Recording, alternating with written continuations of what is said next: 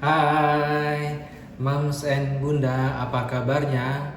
Semoga selalu sehat walafiat ya.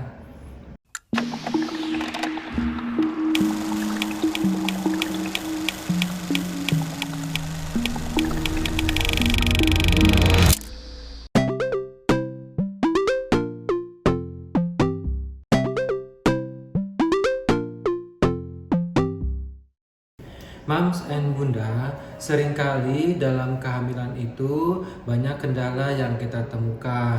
Kadangkala tidak sesuai dengan pengharapan, akhirnya bayi itu tidak jadi sampai cukup bulan atau sampai 37 minggu. Nah, kadangkala kita kenal dengan sebut dengan keguguran ya. Nah, sekarang kita akan mencoba mendiskusikan apa sih keguguran itu dan penyebab serta cara pengobatannya. Oke, ya. Yuk kita bahas tentang keguguran bersama saya.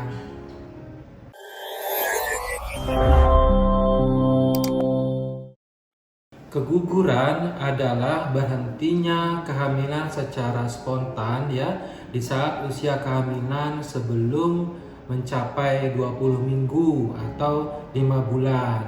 Jadi sebelum 5 bulan itu terjadi gejala-gejala, misalnya terjadinya pendarahan dari kemaluan, keluarnya jaringan dari kemaluan, dan bisa sedikit darah yang keluar, bisa banyak, atau terjadinya gumpalan-gumpalan darah dari kemaluan.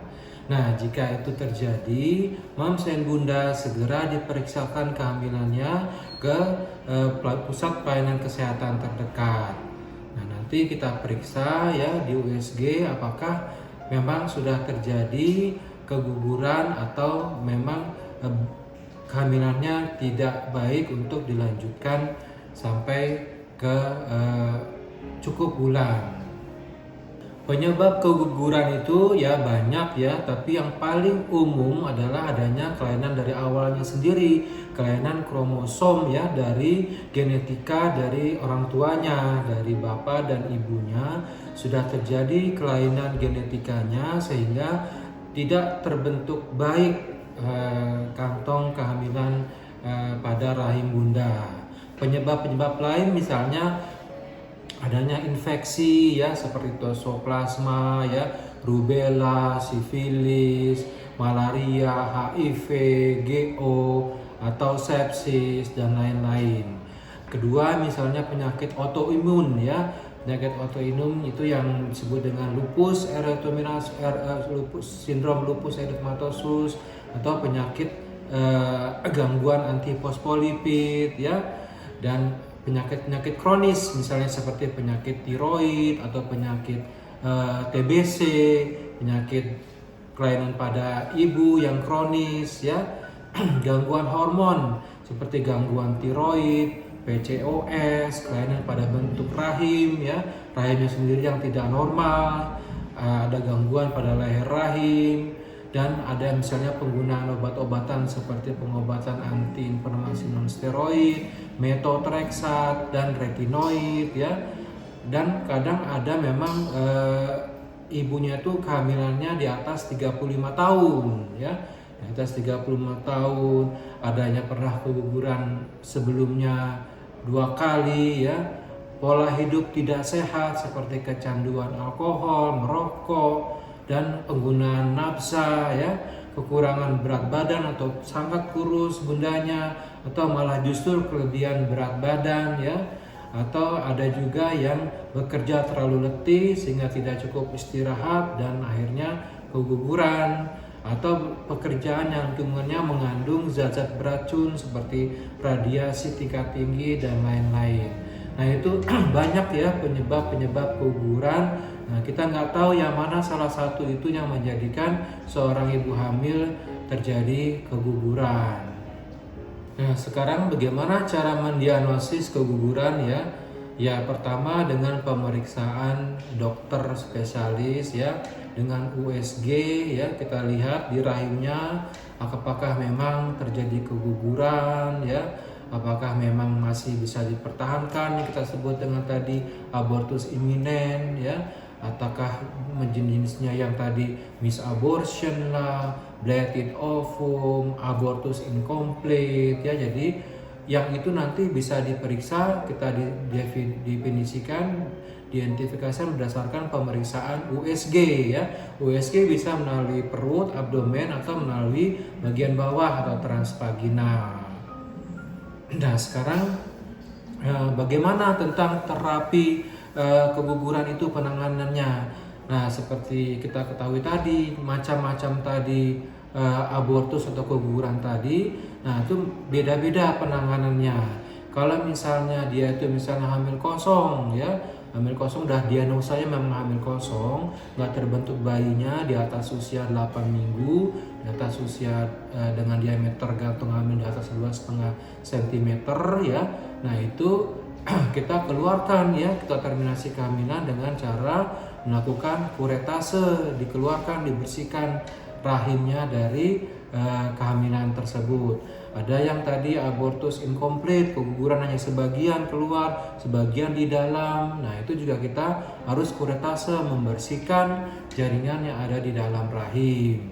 Kemudian kalau misalnya cuman abortus iminen yang masih bisa dipertahankan ya, itu kita pertahankan, kita berikan terapi-terapi, pengobatan-pengobatan supaya janinnya berkembang dan bisa berlangsung dengan baik.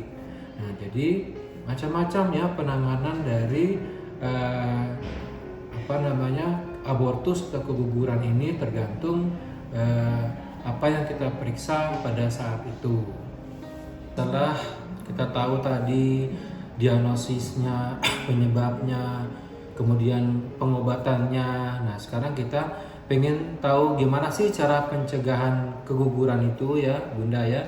Sebenarnya kalau memang sudah penyebabnya adalah kelainan genetika dari dasarnya, dari awalnya dari orang tuanya itu genetiknya sudah ada kelainan, memang sulit kita untuk mencegah terjadinya keguguran. Namun penyebab-penyebab lain itu masih bisa kita hindari dengan obat-obatan ya, memberikan obat penguat kandungan ya, mengkonsumsi minimal 400 mikrogram asam folat per hari ya, untuk menjaga supaya tidak ada kelainan pada perkembangan janinnya, kelainan sistem sarafnya ya. Terus menjaga berat badan Bunda secara ideal ya, minum makanan yang bergizi seimbang, kelola stres dengan baik, dan hindari merokok ya, jangan merokok dan terpapar asam rokok itu dihindari ya. Dan juga jangan minum alkohol dan tidak menggunakan obat-obat tanpa resep dokter ya. Menerima vaksin sebelum hamil, menghindari paparan atau zat radiasi yang beracun ya. Dan juga misalnya ada terapi-terapi khusus pengobatan pada bunda-bunda yang sebelumnya memang pernah ada penyakit-penyakit kronis dan penyakit-penyakit lain. Nah ya, jadi pencegahan-pencegahan ini sebaiknya kita lakukan sebelum terjadinya kehamilan, atau nanti pasca kehamilan bisa berlangsung dengan baik tanpa adanya keguguran ini. Dari yang disebutkan banyak-banyak tadi penyebab keguguran, yang berikut ini ya bukan Bunda penyebab keguguran seperti olahraga ringan ya. Tidak ada disebutkan penyebab keguguran tadi olahraga ringan ya. Jadi olahraga yang ringan boleh untuk ibu hamil dan tidak menyebabkan keguguran. Berikutnya misalnya berhubungan intim ya. Jika keadaan ibunya baik ya, kehamilannya bagus, berhubungan intim tidak dilarang atau tidak menyebabkan keguguran pada ibu hamil. Konsumsi makanan pedas, naik pesawat terbang, bekerja yang ringan, itu semua ini bukan merupakan penyebab dari keguguran ya, diingat Bunda ya. Berikutnya misalnya gejala-gejalanya yang kita temukan. Gimana sih gejala-gejalanya keguguran? Ya pertama tadi itu keluarnya cairan darah dari kemaluan, dan juga biasanya disertai dengan nyeri-nyeri perut pada bagian bawah. Nah itu ya gejala yang sering ditemukan pada keguguran. Nah sekarang apa sih macam-macam, berapa macam keguguran itu ya? Ada keguguran yang tidak bisa dihindari ya, mau keguguran ya disebut dengan abortus incipiens ya, ini sedang berlangsung kegugurannya sehingga bayi tidak bisa dipertahankan.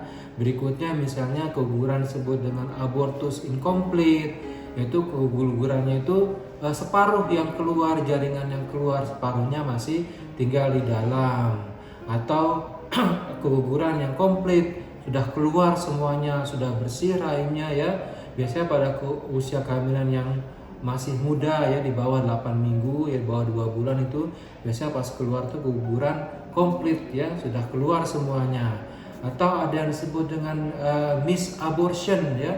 Misabortion adalah keguguran yang sudah lama berlangsung tapi tidak diketahui sama bundanya. Sudah diperiksa ternyata sudah 2 bulan terjadi keguguran, tapi bunda tidak menyadari.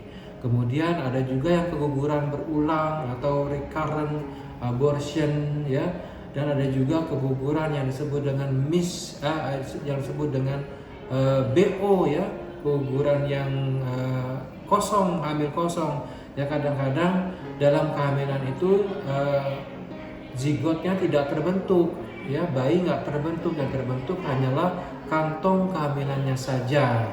Nah itu yang disebut dengan blated ovum ya. Nah ada juga yang kegugurannya itu yang masih bisa dipertahankan ya, namanya itu abortus iminen ya. Iminen itu adalah keguguran yang masih mengancam ya, jadi belum terjadi keguguran dan masih bisa kita pertahankan dengan pengobatan-pengobatan dan memberikan terapi terhadap penyebab dari kegugurannya, ancaman kegugurannya tersebut. Nah, ya demikianlah Bunda ya, sedikit info tentang keguguran. Semoga bermanfaat untuk Moms and Bunda di rumah. Sampai ketemu lagi pada episode-episode selanjutnya. Salam sehat Bunda. Dah.